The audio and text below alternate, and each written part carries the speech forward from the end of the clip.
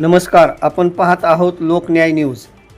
श्री संत भगवान बाबा पालखीचे परांडा येथे कल्याण सागर समूहाच्या वतीने जंगी स्वागत। माजी आमदार सुजितसिंह ठाकूर, पत्नी शैला भाभी ठाकूर, उपनगराध्यक्ष समरजित ठाकूर यांच्या हस्ते पालखीचे पूजन। दिंडीतील 10,000 वारकऱ्यांना भाविक भक्तांना कल्याण सागर समूहाच्या वतीने महाप्रसादाची व्यवस्था। पालखीतील वारकऱ्यांची आरोग्याची तपासणी करून आरोग्य विभाग पथकाच्या वतीने औषधाचे वाटप।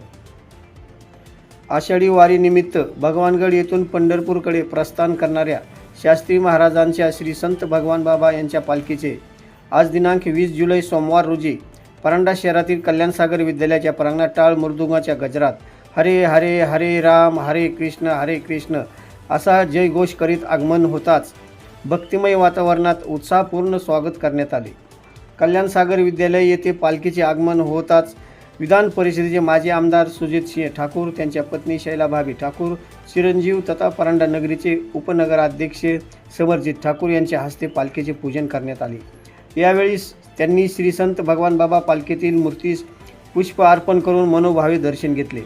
यावेळी कल्याण सागर विद्यालय डोमगावचे मुख्याध्यापक सुबोधसिंह ठाकूर, कल्याण सागर विद्यालय परांडाचे मुख्याध्यापक किरण गरड, सरस्वती शाळेचे मुख्याध्यापक चंद्रकांत पवार, भाजपा नेते सुखदेव टोंपे, कल्याण सागर बँकेचे संचालक महावीर काशीद, नगरसेवक Avinash Vidhate, Manoj Thakur, Shinde sir, Pawar sir, Narsing Sonawane sir, Narute sir आदी सह कल्याण सागर समूहातील शिक्षक, कल्याण सागर बँकेचे संचालक, कर्मचारी उपस्थित होते।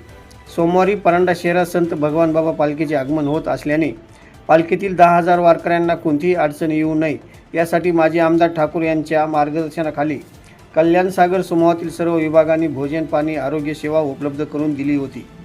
या प्रसंगी यावेळी परांडा पोलिसांच्या वतीने पालखी सोहळ्यादरम्यान शहरात चोख असा पोलीस बंदोबस्त ठेवला होता। भगवान बाबा पालखीचे दर्शन घेण्यासाठी शहरातील नागरिकांनी यावेळी मोठी गर्दी केली होती।